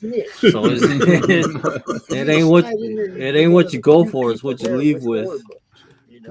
I think you'd make. I see Preston. I think you'd wind up making money at those motherfuckers too. Bro. Oh, well, yeah, I think I would. But, you know but then again, you got to realize, like, that's one thing that used to piss everybody off in Artist Alley is because they would be working their ass off to sell prints and commissions, and I would have to sell one painting to justify the whole show. I mean, look, when have you been concerned about pissing other people off? I mean, seriously, bro. It's one of those things where, again, I think that's what you know, people get pissy at them conventions, Brian. I don't understand. I'm just like, look, man, do your thing. If you get pissy because this person's doing a gimmick and he's outselling you, then do the gimmick. Do it better than him. I mean, you got to do fucking something, bro. Well, that's the thing too. Is they I don't know what it is, dude. Like artists at a fucking convention, like the ones that are in Artist Alley, look at you as their enemy. You know what I'm saying? Weird, like bro. you're the person, instead of saying I got to be as good as the guy in a pro circuit. You know what I'm saying? Because there is a separation. Like there's and to I don't know. It's very like when I would like the person next to me would have a cover that they did for like Turtles, right? TMNT. And I'd be like, hey, how did you get that gig? And they would shut the fuck up, dude. They would not. Or they give you the wrong information or something like that because they don't want you. They don't want you to compete with them. But it's really not that. Like it's so stupid. It's such a backwards way of looking at the world. Do you know what I'm saying? The person to your left or to your right's not your freaking enemy, right? And it's just we live in a culture where it's all about taking the other guy out. It's not about being as good as you could be. It's about tripping other people up. Not everybody's like that. There's a good portion of them over in like artists. I don't know if it's the same with writers or not, but I know for a fact with artists in Artist Alley, like it was definitely like that. Like they were horrible. It was like crabs in a bucket. You know what I'm saying? Like if you're trying to get ahead, they would pull you down so that they could get ahead. But really, the problem is that if you're not there making contacts instead of standing by your table, you're not doing it right. You know what I'm saying? Like, because that's how you get ahead, not by, you know, if there's an editor there or a writer, you know, say a writer for Top Cow or something like that, go talk to them. You know, it's not going to hurt anything. Or if there's an indie book that's super, super popular, go talk to them. See if you can get a cover gig or something like that. That's what you're there for. That's what you're there for, right? You don't wait for people to come to you. You go to them, you know? And the only time I've ever dealt with any kind of hate was at the New York Comic Con. I think this was like what, 2017, 2018, right? This was like when I had like that big like fuck you banner, right? And at a corner table at Independence Alley, and when you came in, you saw that freaking thing, right? Chad knows, like Mr. Townsend knows. But the thing is that Mr. Townsend is also, he's a pro. You know what I'm saying? Like I met this dude, and I don't know if I want to talk too much about Chad because I don't want to get him in trouble. Oh, shit. No, seriously. Like I don't want to get him in trouble. But anyway, Chad's a pro, dude. Like that dude knows, and he's if he ever gives you advice, you fucking listen to him. You know well, I mean, I thought that was like one of the things about conventions too. Is like the first thing I do at a convention is I make friends with the people next to me, right? And I say hi. We exchange books. I'm like, hey, I've got these camping chairs here that are like pockets are full of cashews. Are you hungry? Do you know what I'm saying? Little shit like that. And you become buddies, and you exchange information and that sort of a thing. But like I was saying, like the only time I felt hate was at that convention because everybody else had a fucking zombie book. No. And, you know, Well, here's the flaw in what you're doing. I mean, it's cool that you're making friends with all the other indie guys, but what you want to do is you want to make contact with the pros. You see what I'm saying? Oh, and yeah. that should be your goal when you go to these shows. Is make contact with the publishers, indie publishers, like the guys who aren't just doing one book, but are doing like if there's Action Labs over there or something. Like Action Labs is probably going under. But like if there's publishers like that there, that's who you want to talk to, because in my opinion, those are stepping stones. You know what I'm saying? To get out of Artist Alley. Right. But it's all about contacts. It's all about making contacts. Well, I mean, this was like that was my first convention because I just dove in at the deep end instead of doing a small convention first. But I remember like when I went to C2E2. Like I walked in and the first thing I saw was First Comics, right? And I was just like, oh my God, let me talk to these cats. Unfortunately, it was like some guy was bringing First Comics back, but I was looking at their books and they didn't seem just serious. Capitalizing on the name. Exactly. Because I was thinking like, oh my God, if I got published by First Comics, that literally would have been like the 15-year-old me's like greatest dream come true. Here's another thing too, like what Forrest is saying right here. Like there's artists that go to these shows and they go in there and they're thinking, I'm good. I'm gonna make a few grand, right? I'm gonna kill it. It's gonna be awesome. They go in there and the show isn't like that. Like Friday's the worst. You go in there and Friday will be dead and they'll get frustrated. And then fucking Saturday comes along and 12 o'clock hits and they haven't made they made like 5 sales. Usually they'll pack their shit up and leave because they're not thinking the long game. You know what I'm saying? Yeah. Like they get irritated, they get pissed because it's not working out the way they think it's going to work out, and they head out. And that's you can't do that. You know what I'm saying? Like you committed. It's only a weekend. What else are you going to do? Right. That's and it, you paid bro. for that table, right? So hang out at that table, but also it's great if you have somebody that can run the table while you're going out and talking to other people and hopefully making some connections. Hire children. They're cheap. Listen what this dude's saying. Listen what Chad's saying right here. Starving artists wait for everything to fall in their laps. Working artists go after the jobs. That's exactly right. You have to hustle. Yeah. I would think as an artist you're gonna have to hustle. As a writer, you gotta hustle. It's just as an artist, people can see your talent, right? As opposed to like a writer where people have to like are they gonna sit down and read a damn script? No, you have to have a book that can represent your talents or lack thereof. Hey, speaking of hustle, I gotta hustle my ass off. I'll probably talk to you guys next time. Nice meeting you, dude. Thanks for the leak, Camara. No problem. Good to see you, Eddie. Take it easy, Eddie. Later. Listening. Later. Good to see all you fellows, man. It's been a while. Yeah. It has definitely been a while. Yeah. Except for Pops, because we've been going back and forth a little bit about the thing that I'm writing for him, the 6-gun gorilla AR-15 orangutan crossover. That's hopefully going to be funny as shit. We'll see. We'll see. I mean, it's definitely been a while. Things have gone. Things have happened. Books have been published. I figured like no news good. No news is good news. That's what I was figuring. Well, me and Figaro, besides working, we've also been working on getting everything back together after that storm. Right. We're still cleaning up after that. Oh my god. Yeah. Yeah. How hard did you get hit? I'm sorry. I don't know about you, Eddie. I mean, Anthony, but I've been rebuilding fences. Oh wow. Ceilings All in my kinds of kitchen. shit like putting that. shingle, the roofs back on. Just got the roof done. Just dropped $7,500 on a fucking roof. Bro. Like out of my pocket, not the insurance. He changed out that blue top roof for a real one, bro. We had blue top roofs for a minute, man. Oh, you got a blue top roof? We got fucking I think I had to hit a bunch of spots, man. We had to go up there and fucking patch it up because the fucking shit blew the shingles off right down to the decking. Yeah. And so water came in, ceilings collapsed in the kitchens and shit, man. It was, my you know, God. Louisiana got fucking tagged. Shit wasn't no joke, dude. Like, Yeah, it was fucking seriously. tagged. But we were out of fucking power for like what? I think Oh, they were God, out of dude, power like- for almost 3 weeks down here. Yeah, Oh it my was God. close to a month. Like, Dude, we're it on was, a- it yeah. was wild, bro. It And was I, Damn, you know, you like, I had no idea. you can say like, oh, it's only a month. Fuck you, dude. No. yeah, bro.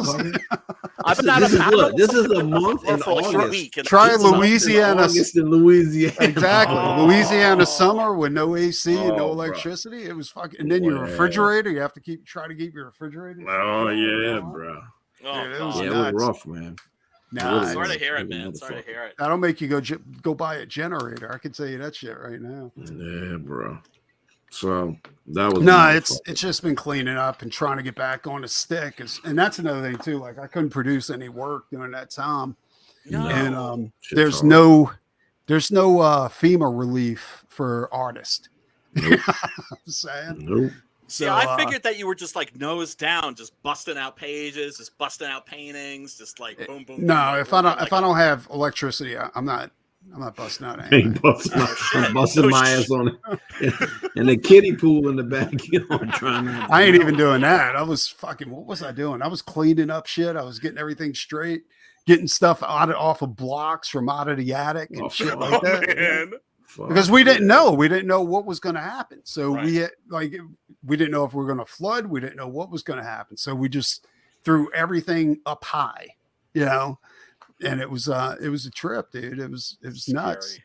That's scary, man. I'm like I live on the top of like a big hill, and so like I mean we've had we will occasionally get flooding in my area, but nothing like that. You know what I mean? Like we don't ever get like really really severe storms, and where you guys are at. Oh my god. I don't know. I don't know how you live there. We get the creme de la creme of storms. Oh yeah. Damn. But it was I mean- cool. I mean, everything passed over. It's just, I missed out on some work, but it wasn't a big deal. It's a good thing. I mean, I'll be honest, like my savings is tapped. You know what I'm saying? Like Mhm. between like what I had to make up without insurance and then go ahead and missing out on work during that time. Like but it's a good thing as a working artist. Like I've always had a reserve of cash to go ahead for shit like that, And because Anthony knows, like if you make $100 today, you don't go spend it. Nope. Like, you save that shit because there's going to be a lean time coming. Right. Because also with the conventions, like that's a seasonal thing. And I know that, like, I remember you saying that once, like, the lockdown came along, like, that was, like, a major source of your income. Yeah. That it was, like, one show in Texas in particular where you would, like, clean up. Well, that's another thing, too. I don't think the cons have come back like they did No. before. Like, people. No, they haven't. I think things are so saturated with sci-fi and shit like that. Like, it's not special anymore. You know what I'm saying? Like, and that's another thing, too. Did anybody see Eternals? No. Eternals? I Yeah, I refuse. saw Yeah. it. No. I seen I it. watched it. I did, bro. Why would Every- you do that? Why would you do that to yourself, I was- brothers? I wanted to see for myself. I had to see it. Always I had it- like that. I knew it was a bad movie, but Bless you, and then please. like Clownfish TV was like, there's no villain in the movie. Like the deviants it's aren't the weird. villains. That's Icarus, it's right? weird.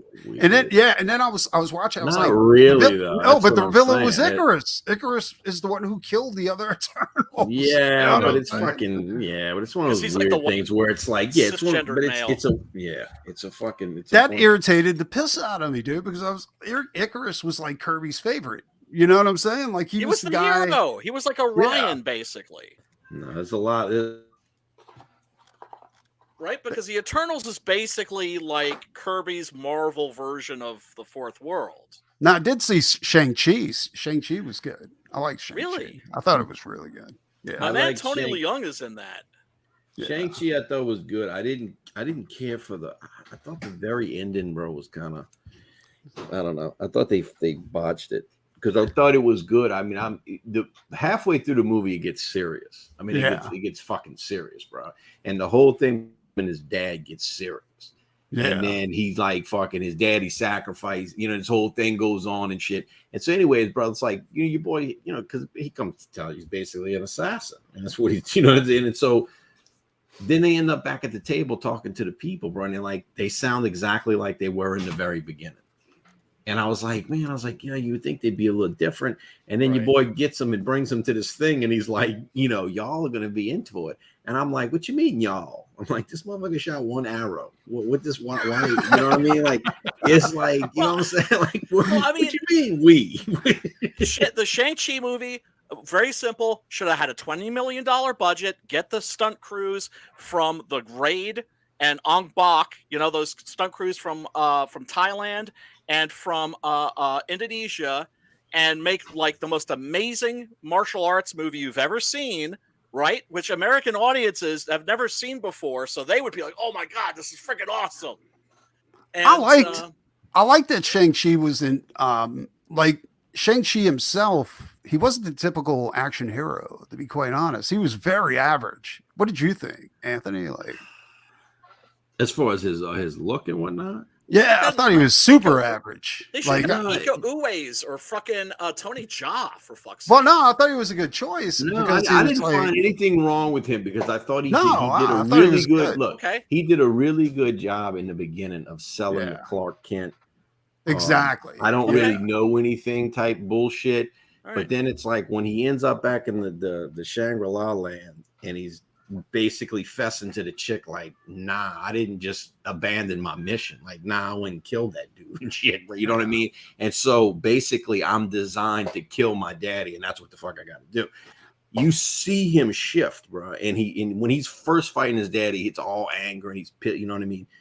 But then honestly, between his dad and his mom, when they first met, it reminded me of Crouching Tiger, Hidden Dragon. Yeah, that had some flow to it, man. Yeah, you know what I'm saying? I thought that was cool. Yeah, no, it was, and it was like you come to find out that he gave up the rings and shit. It got good, dude. Like I said, it shifted out, bro. I was like, so it's worth checking out, you would say. Yeah. Okay.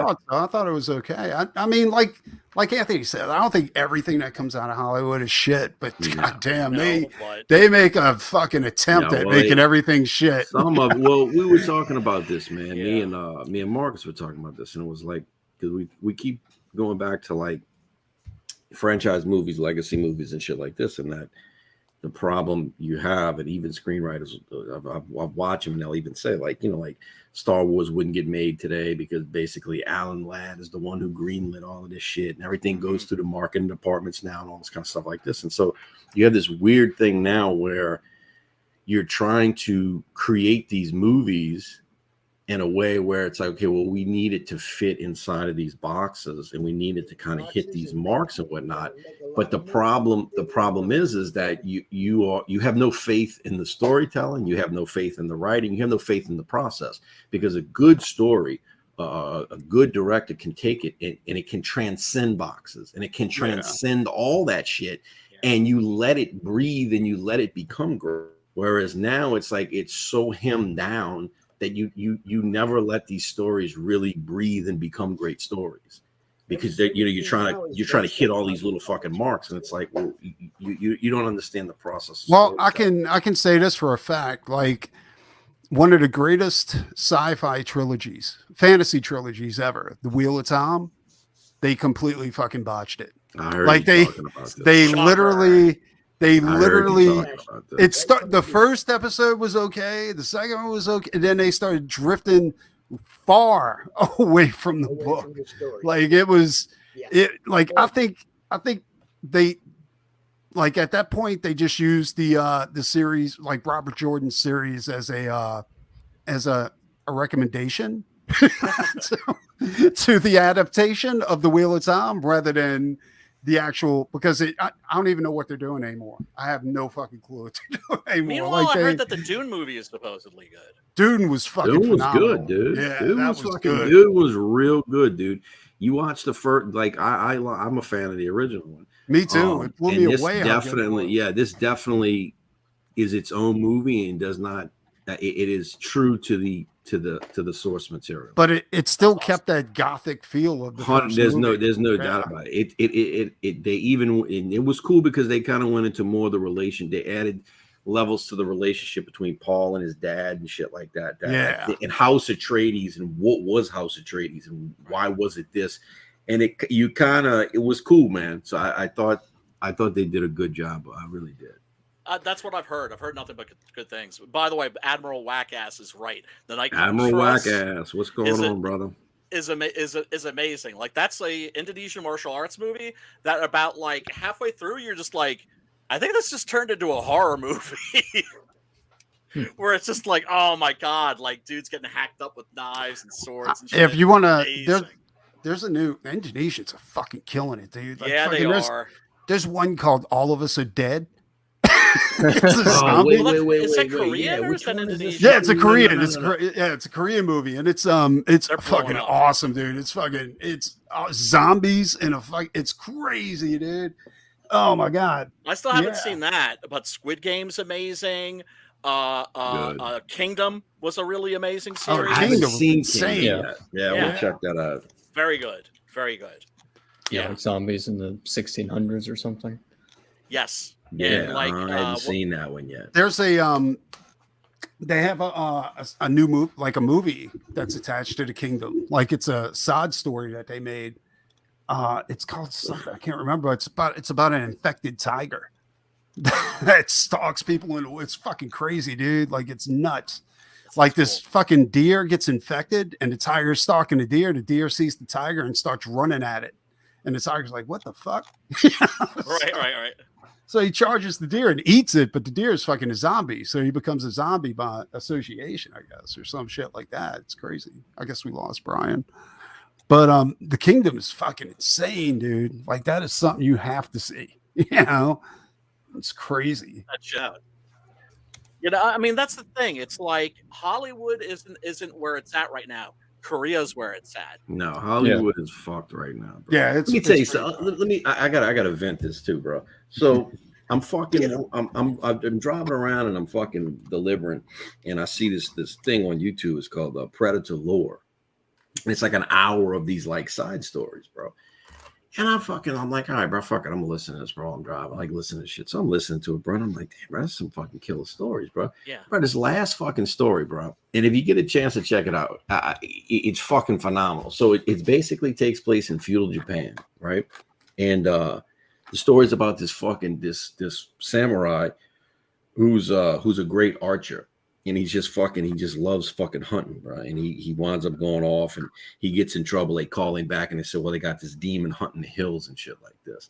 And so basically he goes, man, it's a fucking killer story. He goes to hunt with these other samurais and hunt this fucking predator down. And it's crazy because he's telling you what he see. They call it 3 sparks because of the three things and all this kind of shit. Yeah.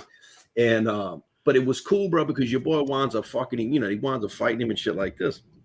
And at the end, he brings the head back to the shogun, and the shogun's like, "Well, what did you tell me about it?" And he goes, "Well, he was like invisible. He hid in plain sight, and all this kind of shit like this." And so the shogun goes, "Wow." He goes, "You're different than the other samurai." He goes, "I want you to work for me." He says, "But I want you to do things for me that can't be seen." He says, "Because I have political enemies that I can't kill outright, but I want you to do it for me, and I'm going to call you Shinobi." And basically they say that this is how ninjas got started, from basically modeling themselves after fucking Predator. And I was just like, dude, this is fucking like, that's fucking awesome, dude. Why would you not make this fucking move? Like, what in the fuck because is wrong with they don't know that it exists. That's why. There's so many good Predator and Alien fucking books that Dark Horse produced, God. back in the day, dude.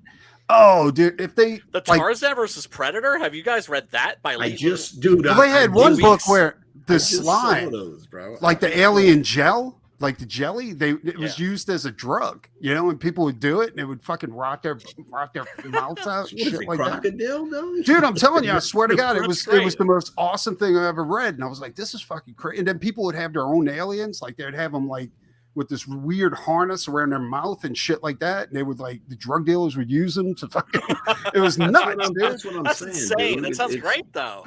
But But that's it's what like I the people that mean. make the movies, they don't like, for instance, with the Suicide Squad movie, all they had to do was go to the Batman Arkham.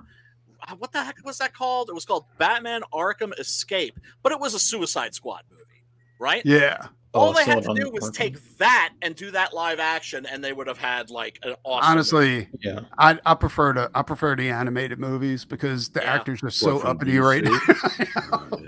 Yeah, you're talking about the Movies are Assault on starting to Arkham. slip too. Yeah, I know what you're talking about. Is that the 2014 movie Assault on Arkham? Mhm. Yeah, that's okay, it. yeah, that's the best one. Yeah. That Yeah, was it's good. amazing. Yeah, I'm a big fan of fucking DC's animated shit, dude. Oh my like their gosh. animated shit's off the hook. It's They put out starting to slack, Injustice. though. They put out Injustice, and Injustice was awesome. You know, I was a little disappointed by their Injustice movie. really? Like, I thought it was. yeah. I mean, there's only so much It they was could get away with, alright. but I thought it was pretty good. But the Yeah. animation, I don't think was quite on point. Like, there's something about the DC animated movies that's shifted that I don't think the quality is quite up to stuff. Oh yeah, you want to see quality? We found out that that's not the first appearance of Rainbow the Brute. No, no, He's about this big on the cover of what was it, Lone Star? no way. Yeah. Oh, come Right, on. but you Yeah, remember it what was I said crazy. earlier, Preston, about I get books sometimes just because it's got you on the cover. I already had like 3 copies of this book, but I got a chance to get this one too, and it was like, go ahead, send it over, Don. Just send it over. And you can see up in the corner he wrote, "Whoa." I love Don. Don's great. Don's great. I really like Don. I hope Yeah, me Don too. puts out more stuff. Dude, I I'm do telling too. you, you're one of the very few people that I'll see your art on the cover and buy the book regardless. Very few people. Preston moves variants. Lone Star. No. Oh, Preston, I What up, gotta man? Preston, I gotta bounce. I gotta go on Bancroft in like 10 minutes. All right. Sorry. Sorry. All right, Thank you, brother. Shamira. Take it easy. Everybody for go having me on. back. Take SOS. it easy, bro. SOS is shit. Thank you. See ya. Now, of course, you're going to do like a cover for Butch Cleaver, right? I did one. I did Did you? I did something for Butch Cleaver. Did you? Yeah, I did. He made it into a trading card, but I mean, Oh, okay. he could have used it for whatever he wanted. Right. Gotcha. The yeah, no, my I got a few things in the pipeline right now, but I'm always talking to Anthony about always being on people's mind, about keep pushing work out there and stuff like that. That's one thing I got to get back on a stick with. I'm making a transition back to doing page work right now for Micah's book, and I got Phil writing the next Doc Salem book for me. We're doing a trade Oh, out. shit. Yeah, like I'm doing some work for him, and he's going to go ahead Nice. and do the book for me. The it's a lot of stuff, and I'm probably going to do some work for Phil on the fucking what is that? Lost Pages Crimstone. 3? Crimstone. He's putting out a Crimstone book, Oh, nice. and I was like, fuck yeah, I'll do that. And then also Testament. I'm supposed to do some work for Testament. It's so much shit, dude. Like And Doc Salem Blood Hunt crossover. Don't forget that. I don't know if that's ever going to happen. You got to And talk Nine to fucking. Devils. We got to talk to Sim. I don't know what's going on with that. With He's Sim, getting- Sim's he- supposed to be illustrating that. Yeah. Yeah. No, he's gonna start like relatively soon. Like his plate's gonna be free, and I think like, he that's gonna be like the next thing he's gonna. he's start got so working. much shit on his plate. It's crazy. Yeah, he does. You know? I know. It's exciting. Like this is gonna be an exciting year. Like I mean, there's gonna be a lot of stuff coming out. There's gonna be a lot of campaigns launching, and just a lot of great looking books. You know, onward and upward, man. What do you have in the pipeline, Anthony? Like, you got anything coming out besides You got Justice City, and then I'm on God's Hand 2, Volume 2. Nice. Just the City 2, or is it? God's Just- Hand Volume 2. Justice City's dropping, and then as soon as the Is it just the City 2, or is it the first No. one that's still? you talking about that one, that one's gonna drop. I want to say we're waiting to get the final pages colored. So as soon as he gets the proof for that, I'm gonna jump the sign up page for God's Hand 2. Is it a good time to have books published right now? Like, I heard printing's insane because of the paper There's a shortage. paper shortage. Yeah. It depends on what you get. Depends on how much you get, man. I don't. If you're not trying to push, I mean, trust me. Don't get me wrong. We ran into this issue, but we were talking big numbers, and you know. Oh, we yeah, talked about that, didn't we? Yeah, Like you understand what I'm 15,000. saying? Yeah, right, exactly. I mean, I keep hearing paper shortage, but books keep showing up in my mailbox, so I figure we're doing okay. Well, I was talking to Adam, and he said he's having big time issues getting stuff from China right now. Oh, dude. I'm not. Yeah, The see, I'm Kill not sure. Journal? I think you cannot. The problem is Because of the you it's cannot because get of- anything. Yeah, you Well, really can't get anything overseas, man. Like, you Well, gotta no, try to that's find not the something. problem. It's also because there's something with Biden, and he's taxing something like that. Like there's fucking barges that can't come and unload their shit because Right. you know there's some type of weird tax they got to do or something Makes like that perfect because fucking Biden sense. put Well, shit in. California fucked that all up too. They made it so that only certain trucks can go Fucking to the docks stupid, bro. to load. Fucking they have to be stupid, bro. I like never heard recently anything. Well, no, they're built. saying You like can't be 3 barges years full of old, shit. bro. Shit They're can't saying be 3 barges years full old. of shit. Like there's barges lined up ready Yeah, to 'cause they offload, can't and they unload said them. they can't unload them because some weird shit the president put in place. And I'm I like, think what? I think Newsom did that in California. He said the trucks have to be like they can only be Very 3 fun. years old to go to the docks Can't to be unload. older And than that means 3. all them 10-year-old trucks and 5-year-old trucks Fucking can't go to the stupid. docks and load up. Yeah, because I was going to get my art book done, and then That I was like, well, Newsom. fuck that. I ain't doing it right California's now. governor did that. Shit's Yeah, like it's all fucked insane. up, bro. Isn't Mixum? Isn't that overseas, or is that Nah, they got Nixon's shit fucked up over here, too. bro. okay? They got stuff over here because and some of the shit's closer to New York because Marcus will order shit and he'll get and then we'll order it at the same time. We'll get the same type of product, and he always gets his shit way sooner than me, bro. So they got shit here in the States. You understand what I'm saying? That's how they pull this shit off. And then there's another thing too. You heard about the train robberies? Jesus, Oh yeah, dude. I've seen You heard video. about that? Crazy. Like That's they fucking wild. they're bro. robbing That's FedEx fucking trains wild. and shit like that, and mail Right up trains. there and unloading everything Wild, off bro. and throwing it down to their friends and Wow, bro. Did you see that? There's like packaging all over the train yard TVs. where people are just robbing trains. Screen TVs, they're throwing them off to each other, man. And they're saying like I'm not just talking. I'm talking about the mail. They're literally that taking too. the mail off of trains and fucking like opening it up and taking it and shit. And they're saying that they're not gonna. The cops aren't gonna get involved. Nope. They're not. Nope. Like it's crazy, Fucking dude. I'm just retarded, like, bro. so anything coming out of New Jersey or New York, like I just don't count on it coming to you. You know? Dude, it's fucking crazy, dude, right now. I don't know. Yeah, well, they were showing it in Chicago too. They were in the train yards just breaking into train cars and fucking unloading shit. Crazy. That's insane. That's a fucking It is fella. insane, bro. I thought I'm telling you, bro. Look, dude, that don't get me wrong, bro. I mean, and I'm sure Pops will tell you too. I mean, it was always everybody always fantasized about. Well, if you ain't fucking committing crimes and shit, everybody fantasizes about this shit because you just like, yeah, bro, we could hit a train, dude, and they got all of this fucking merchandise and shit. But bro, this is back in the day, bro. Motherfucking dudes in the train yard ain't no joke. They wasn't no joke, bro. My They uncle had worked for a big-ass train. They'll dogs put and your ass under the fucking train, bro. They'll fucking hit you with one of them fucking locks, bro. And your ass, so they'll fucking run you over and be like, bro, that dude committed suicide. He jumped in front of the train, bro. Like straight up. So it's weird. Like, so, you know, so we always were like, unless you had an inside man who was like, look, bro, who worked in the train yard, who would be like, look, you got this much time to go clip the fucking train. You're not going to go do something like Don't this. you It trips me remember, out. Anthony, though, when the train yards all had a pack of fucking dogs running in there? Dude, they fucking, bro, I'm telling you, bro, those were hard motherfuckers You working didn't in the go over train that yard, fence. dude. So I don't know, you know what I mean? Nowadays, bro, it's so, everything is so neutered now, bro, where it's like these motherfuckers they just, what you gonna do, man? You know what I mean? So your boy, they got them, they can shoplift. So they just roll in there with a bag, bro, and just shove shit in the bag and roll That's out. crazy though. Like, It is. I mean, if I worked at the train yard and I know the cops ain't going to back me up, I'd be like, "Fuck that shit! I ain't going to." Well, that's Take all you want. Well, that's where you end up with, because then what you gonna do? You gonna wind up clipping one of these motherfuckers, and then they gonna put you on the news for being a racist and all this kind of bullshit. Well, it's not even that. Right? It's just that if you get shot, nobody's going to give it. They're going to be like, "Oh well, you know, we can't get involved." So Who got shot?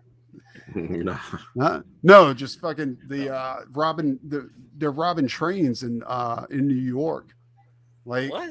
yeah, yeah, they're just taking mail taking straight off cars the out. train and opening it right there, and fucking it's gangs of people like doing that shit. Oh, Like, fuck it's yeah. crazy. That's some old school shit, man. That's like some Jesse James shit right there. Yeah, No, but we're it's talking not about really, gangs like bro. Hunger It Nah. ain't really You know. Jesse James. It's Yeah. kind of like Jesse James and them and shit. They was robbing like banks. These I motherfuckers know. are basically robbing people's packages. And I shit. know. You know what I'm Yeah. saying? Like, It's a slight you know, difference. grandma's waiting for a douchebag and you fucking jacking it off the fucking train and shit, bro. Yeah, It's that ain't fucked right. up. That ain't right. Yeah, nobody's transferring money anymore over train. Yeah, right. That shit's all digital now. Wow. I live in New York and I didn't even hear about that shit. Yeah, dude, it's fucking crazy. trash. That's why, Yeah. just so that everybody knows, that's why your comics haven't been delivered from CG. Exactly. That's exactly what it is, bro. Damn. Fucking Admiral Wackass sounds just like me, trying to market CG comics to everybody. I sell weed to make success. I was Yeah, man. shit. There's so many books that I just like. There's so many books that I still haven't gotten. Like fucking, what was it? That one by Sweetcast that he put out. Not Downcast. It's something Fatal. else. Fatal? Oh, it was. Fatals? Yeah. Yeah, Yeah. there were that was delayed because I'm sorry. Who was the artist on that again? Charlie Scoggins. Oh, I it was think? Snogan. Yeah. Snoggins. Snowden's. Yeah. Charlie Yeah, yeah. Snowden's. Yeah, like something bad happened, I think, and so Like something happened to him, like he got like a hurt. family thing or I something. think he got I don't know. COVID, didn't he, or something like Something. that? Like it was something like that. I remember. Yeah, that's been delayed, and I know Clint's like upset about it, but there's not a whole lot that he can do about it. But he's delivered on all his previous books, so people know they're going to get their books. But I think Death Sworn is going on 3 years now. That's right, yeah. Book one is almost at the Oh 3 year my mark. God. Dude. I know. Oh. And I like Carl, bro. I've been on the show with him, a few Yeah, times, man. with him and Winger, bro. And Yeah. I like Carl. I do. But Jesus Christ, dude. That's a long time. Oh, you know Yeah. what's about to ship? What's about to ship very, very, very soon is Cryptidnals. Oh, is it really? Yeah, I gotta yeah, get yeah. in touch with those guys. Oh, Yeah. dude. Yeah, they were showing like the books, like Ollie was showing like the books and the prints and the ash cans and all that stuff. So yeah, we're gonna be getting that really soon. Which I can't Forsaken wait. Gods has a second issue out. I got to tell you, that first issue was badass. I loved like, it. It was really, really good. Yeah, it was really. It was funny too. Like it was It it was fucking hilarious. It was like Mike Mignola if he did like a sword and sorcery a manga. And That would be, like, the Only best way I Death could Can describe Save Us too is Yeah. coming out. And, Yeah, yeah, yeah. dude, there's so much good shit coming out. Like, One I of just- I get to throw this out there. One of the demons from Only Death Can Save Us will be appearing in the Crom anthology.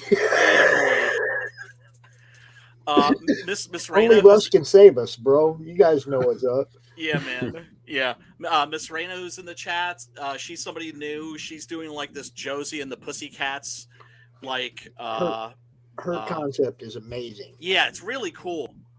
Yeah, it looks it looks like that looks like it's gonna be rad. That one's called Black Rhapsody. If you want to go That's it. check out the sign up page for that, it's Yeah. on Indiegogo as well. It's amazing.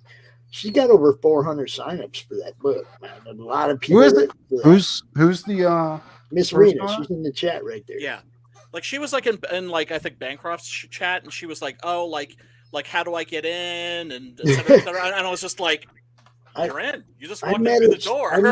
I met her through. I think she came out of Piper's Crowd event There you go. initially, and that's how Right. I met her. And I was like, man, you just go in the chat and start talking to people and get Yeah. to know everybody and be everybody's friend and talk about your book. And had her on the show a couple times, and everybody else has had her on the show. And she got like 400 freaking signups on that Yeah. book. Yeah. You got to get out there and get seen, get known, be nice. I'm gonna have to check that out when I get a chance. And check See, out and see we're what the Black opposite. Rhapsody Dude, is it's about. amazing. Jan Apple is the artist, and the art looks fucking. It does. It looks really cool. But like like you were saying about like the Artist Alley, like people trying to undermine each other and all that crap. It's like we're the exact opposite of that. It's just like, oh, like you want like your book looks good. You want to like come in. All right, you're in. Yeah. Just come That's out and it. talk to us. Let us know what you got. We'll tell Yeah, it yeah, if it's yeah. good. We're going to tell everybody, and they're going to get on board. Absolutely. You know, I mean, Yeah. And even if that hurt, you know, because I think a lot of us like kind of like OGs. Not, I mean, I don't know if I call myself an OG, but Preston, people. hold up. The main villain is a godlike Beyonce Knowles. That's right. Yeah, I forgot that detail. That's a hook too, right there.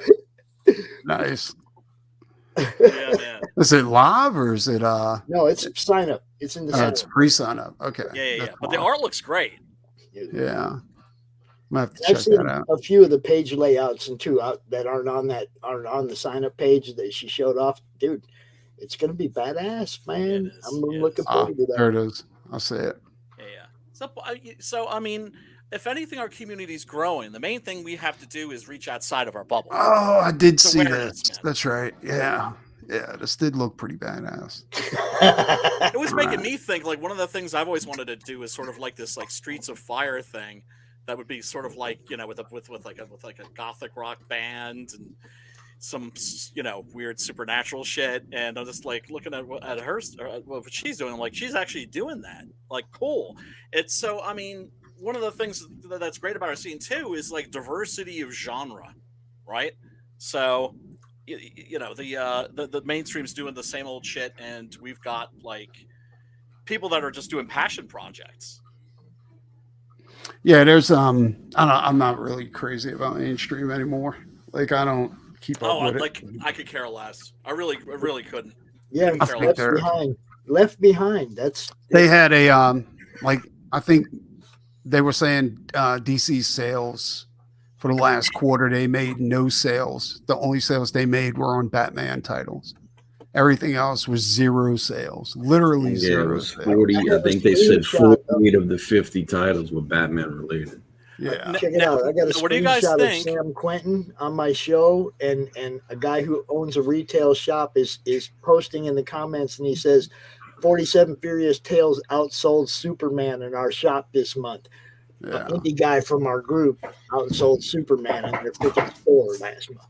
Well, I mean, I'm not going to get into it. But Did you catch Preston? Did you and Figs? Did you guys catch when the comic book industry like reported like biggest sales ever, greatest sales ever, right? Because what they did was they took the manga sales and just attached their little like 0.1% to that. It was just like, look, see, comics are doing great, better than ever. Well, the argument is that your trades did go up, but your floppies tanked. Yeah. So what is that telling you? You know what I mean? So they're like, what is that tells you something, man? Is that no one's interested, no one's excited about what's coming out right now. Right. they're saying discoveries about the takeover DC Comics. So their Discovery also said that they're only interested in making money. So anything that's not making money is getting cut, and anyone who isn't making money is getting cut. Oh, You see what I'm saying? Yeah, What man. are they gonna So- have left? I think over in the DC camp, I think people are panicking because they know that Another Cody's coming. Yeah. Discovery isn't gonna. They're not gonna put it like if it's not bringing in cash, it's gone. That's it. Right. I mean, if the title's not bringing in cash, it's gone. If the writer and artist aren't making money for the company, they're gone. And this is, I think, what's going on right now is all these political motherfuckers are just taking one last stab, when they should be saying, okay, let me buckle down and make money for the company, They don't Zoe know Quinn, right, of like Gamergate infamy, they gave her Vertigo. Like, you can run Vertigo, and she ran it all right. She ran it into the ground. She killed Vertigo, this like venerable old imprint from DC, right? Do you know how many books her I think it was Goddess Mode, how many books they made or sold? 750. Yeah, no, it was. I've sold way No, more comics than that bitch. None of it. But that's the thing, is that at some point it turned into some kind of. I think the people put certain people in spots, and when they, for whatever reasons, they made a decision and they thought they wanted to push things in a certain direction. And then when they realize this isn't working, they realize, well, you got people in positions now that they're not going to, they're scared of them because they can turn around and they can cancel any one of them now. Exactly. So now you have now you have the patients running the asylum, and it's just like you putting these people on books because none of it makes any sense. Like none of it makes any financial sense because essentially what you did was you hired people who were nothing but narcissists. That's all you hired, and they have no interest in the veneration of any of these characters. They have no interest in keeping, they have no interest in these characters to begin with. None of these people no interest in comics, were here in any of this shit for any period of time, so they don't give a fuck. Well, here's another thing too. Like you gotta like I think some of the people over there might have real talent, but they're not given a chance to show it. Because if they don't pull Ulan, they're out of there. Well, it's not. Here's the thing. It's not. But it ain't just that, Preston. It's also that if they do have talent, it's not allowed to be put into the smelting pot. It's that's what I'm saying. Like the crucible, because no one can criticize them. You can't go to them and say, "Hey, yo, man, that story's bullshit. It sucks." Yeah. That stuff is stupid. Because show me a good Lobo story. When you're writing it, when I'm writing a script for a comic, one of the main things I'm thinking of is, okay, who am I working with? What do they like to draw? Right? Yeah, right. Because I'm thinking like we're gonna like complement each other, right? That's the way that it should be. And I'm looking at these comics where it's just like text, and right at the bottom there's a little drawing of like Colossus, like I think like lecturing Kitty Pryde. Well, I'm not really talking about that. I'm talking about like you got characters like Lobo, right? Right. And they can't do a real Lobo story. No, he's toxically masculine. You can't do it. Not that they won't. It's just that you can't. Not in today's atmosphere. This is how you see it. Crazy. They've taken a whole bunch of niche comics and they're trying to make them the mainstream. And people ain't buying that. But they're not it's a niche. That's not even for people that buy comics. They're taking mainstream shit though. The problem is you're putting people in there who essentially are not. They're not creative. Okay, they're not fans. Most of the time they're not storytellers. They don't understand craft. You're putting them in there. They're untested, and you can't criticize them. So you're putting people in there who have either they don't have talent or they've never been in the crucible before to be criticized constructively to say, well, this story is weak here because you haven't developed this character and you've just got these people talking. We need to do this. So they haven't gone on to any of this bullshit. So you got these people in here making books and they don't know what they're doing. And it's Rage comics. They're making Rage comics. That's what I mean. But even right from the beginning, it was these were people that were not part of our scene. They were not part of the fandom. Right? Exactly. They didn't even know that comics existed. How dare you? Comics for everybody. The Avengers movie came out, right? What I'm saying is I think the problem is that even if you never were into comics, that's okay. Are you a storyteller? I mean, do you understand the craft of storytelling? Do you get that? Because if you don't understand that aspect of this shit, then you don't know how to tell a proper story. Because what you're getting right now is you're foregoing. Because this is what I'm saying. Like you're getting these bullshit straw man arguments about comics have always been political. Comics have always been, have agendas and all this kind of shit. And it's like, no, you're mixing fucking function. Versus has this been a part of it? Yeah, sure. Politics have been a feature. Agenda has been a feature, but it has never been the function of comics. And it's never been the function. Whenever it was the function of comics, these are not the brightest points of comics. These are not the comics of the. We don't go, hey, you know when comics were great? Well, when they were propaganda for World War II. You know when they were great? When they were pumping out agendas. It's like no one says that. So that shit did happen, but that is not the pinnacle of comics. The pinnacle of comics is basically storytelling. If you cannot entertain, if you cannot aspire, if you cannot do these things while telling a story, while engaging the audience, while pulling people in over one thing, saying, listen, here's the deal. We're going to tell you about, guess what? Not black, not white, not gay, not straight, but the human experience. This is what human beings go through. Yeah. These are fears. These are doubts. This person is going into this situation. Will they be able to get over it? Will they be able to overcome their insecurities? Will it be overcome their fears to become their better Universal selves? themes. These are the Universal stories, themes. bro. And Yeah. so it's like, so if you're not doing that and you're foregoing that to pump in white men are bad, this is bad, that is bad, then you're really You're not just saying that because storytelling. you're white. Exactly. Well, I'm Italian. You know what I mean? So what can I say? Yeah, This but is so kind you're of not a really white storytelling. Well, you're just making propaganda. That's all there is. I remember when haven't read- Marvel actually hired novel writers, like Yes. actual writers, Greg and Pak. when David Finch worked on Moon Knight, like his Yeah. run on Moon Knight was the writer on that was an actual writer, like J. Michael Straczynski, his run on Thor, his run on Spider-Man. Yeah, those were great because they're proper storytellers. Okay, those are people with first of all a buttload of experience, but also these fools are coming in. It's not like they've read Bullfinch's mythology. It's not like they've read Joseph Campbell's Hero of 1,000 Faces. It's not like they've read Carl Jung. It's not like they've read Aristotle's Poetics. And I'm not saying you have to read all that shit in order to become a good storyteller, but these are people that can give a rat's ass about the actual craft of storytelling. I think it's worse than that. I think they're antagonistic to those things you just said. I think they view it as a wrong thing. They view it as this is part of the problem. We need to break all of this stuff. And it's like, bro, you're taking shit that has value to it, that has substance, and you're throwing it out because of spite. I mean, so it's like that's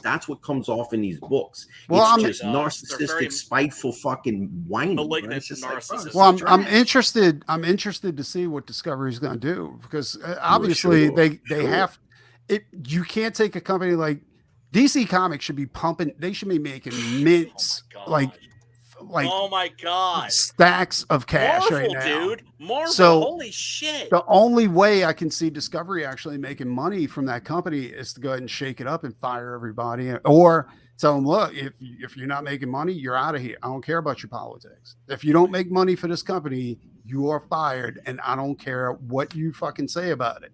Well, I don't care what your political stance. This cancel culture, SJW shit, it's gonna come to a close soon. Okay, this isn't. It isn't that complicated. You already seen them doing it. But it's not that complicated. Everybody says it's coming to an end, but that's I don't think it will right away. Actually, No, I think it's going to have to fade second, slowly. Well, I got mad when Whoopi got suspended, and they're already out there going, "We need to back up on this cancel culture stuff." On CNN. What happens to one? Well, everybody says that once it starts affecting them, then exactly. they're like, "Oh no!" There it is. There it is. That's and I'm just happening. like, look, I think cancel culture is a cancer, but you know what? Y'all need to be freaking consistent, right? It's only a cancer when it affects you. Exactly. So now you got to do to Whoopi Goldberg what you did to Gina Carano. You have to destroy her life. You have to ban her from all entertainment, from movies, TV, everything. Yeah. People be who consistent, deserve motherfuckers. to be canceled usually cancel themselves. Yeah. Well, I can say this for a fact. It's 2 hours in. I need to use the bathroom, and we are out of here. All right. He's canceling Much us, love, guys. everybody. Gatekeeping. All right, y'all. You guys Admiral take it Whack-Ass, Metal Preston's Movies and bowels. Brewskis. See y'all later, man. We're out of here. Y'all have a good night. Oh man. That Oh Jesus motherfucker. Christ. He already left. You This left us fuck on doesn't here, even you hang out. dumbass. We're Look, still bro, hang it's out still running, man. We're in the still live. back room. We're still We're not live.